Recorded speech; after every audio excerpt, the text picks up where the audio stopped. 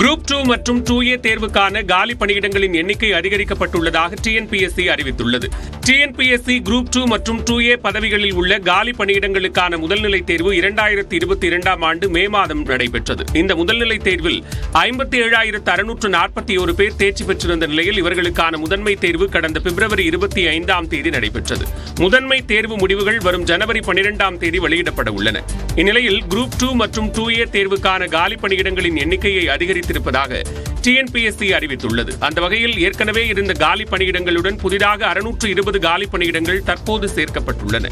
இதன் மூலம் குரூப் 2 தேர்வுக்கான காலி பணியிடங்களின் எண்ணிக்கை 5,240 5,860 அதிகரிக்கப்பட்டுள்ளது. தூத்துக்குடி மற்றும் விருதுநகர் ஆகிய இரு மாவட்டங்களை இணைக்கக்கூடிய சாலை மற்றும் தரைப்பாலங்கள் வெள்ளத்தினால் சேதமடைந்து போக்குவரத்து துண்டிக்கப்பட்டுள்ளதால் ஒரு வாரமாக பொதுமக்கள் அவதியடைந்து வருகின்றனர். தொடர் கனமழை காரணமாக தூத்துக்குடி மாவட்டம் எட்டயபுரம் பகுதியில் பல்வேறு கிராமப்புற சாலைகள் வெள்ளத்தில் கடுமையாக பாதிக்கப்பட்டு போக்குவரத்து துண்டிக்கப்பட்டுள்ளது. குறிப்பாக எட்டயபுரம் அருகே உள்ள தோள்மலைப்பட்டியிலிருந்து கோவில்பட்டி மற்றும் விருதுநகர் மாவட்டம் உப்புத்தூர் செல்லக்கூடிய சாலை மற்றும் தரைப்பாலங்கள் வெள்ளத்தினால் கடுமையாக பாதிக்கப்பட்டுள்ளன. இதனால் 10க்கும் மேற்பட்ட கிராம மக்கள் ஒரு வாரமாக கடுமையாக பாதிக்கப்பட்டுள்ளனர். பொதுமக்கள் மற்றும் மாணவர்கள் மருத்துவமனை, பள்ளிக்கு செல்ல முடியாத நிலை உள்ளது.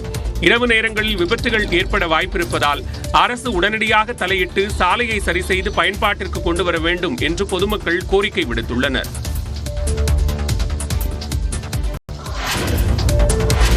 கனமழை காரணமாக பாதிக்கப்பட்ட 4 மாவட்டங்களைச் சேர்ந்த பள்ளி மாணவர்களுக்கு புத்தகங்கள் மற்றும் கூடுதல் சீருடைகள் வழங்கப்படுவதாக பள்ளிக்கல்வித்துறை அறிவித்துள்ளது. நெல்லை, தென்காசி, தூத்துக்குடி மற்றும் கன்னியாகுமரி மாவட்டங்களில் பெய்த கனமழையால் வரலாறு காணாத வெள்ளப்பெருக்கு ஏற்பட்டது. பலரும் தங்களது வாழ்வாதாரத்தை இழந்து கடுமையான பாதிப்புகளை சந்தித்துள்ளனர். இந்நிலையில் பள்ளிக் கல்வித்துறை சார்பில் வெளியிடப்பட்டுள்ள அறிவிப்பில் நெல்லை, தென்காசி, தூத்துக்குடி, கன்னியாகுமரி மாவட்டங்களைச் சேர்ந்த மாணவர்களின் கல்வி பாதிக்காத வகையில் பாட புத்தகங்கள், நோட்டு புத்தகங்கள், புத்தக பைகள் மற்றும் கூடுதலாக 2 இணை சீருடைகள் அருகிலுள்ள மாவட்டங்களிலிருந்து பெறப்பட்டு வழங்கப்பட்டு வருவதாக தெரிவிக்கப்பட்டுள்ளது. இதனிடையே தூத்துக்குடி மாவட்டத்தில் மழை வெள்ள பாதிப்பிலிருந்து மீளாத 8 பொறியியல் கல்லூரிகளில் செமஸ்டர் தேர்வுகள் ஒத்திவைக்கப்படுவதாக அண்ணா பல்கலைக்கழகம் அறிவித்துள்ளது. அதன்படி வரும் 26ஆம் தேதி முதல் 30ஆம் தேதி வரை நடைபெறும் என்று அறிவிக்கப்பட்டிருந்த செமஸ்டர் தேர்வுகள் ஒத்திவைக்கப்பட்டுள்ளதாகவும் தேர்வு தேதிகள் பின்னர் அறிவிக்கப்படும் என்றும் அண்ணா பல்கலைக்கழகம் தெரிவித்துள்ளது.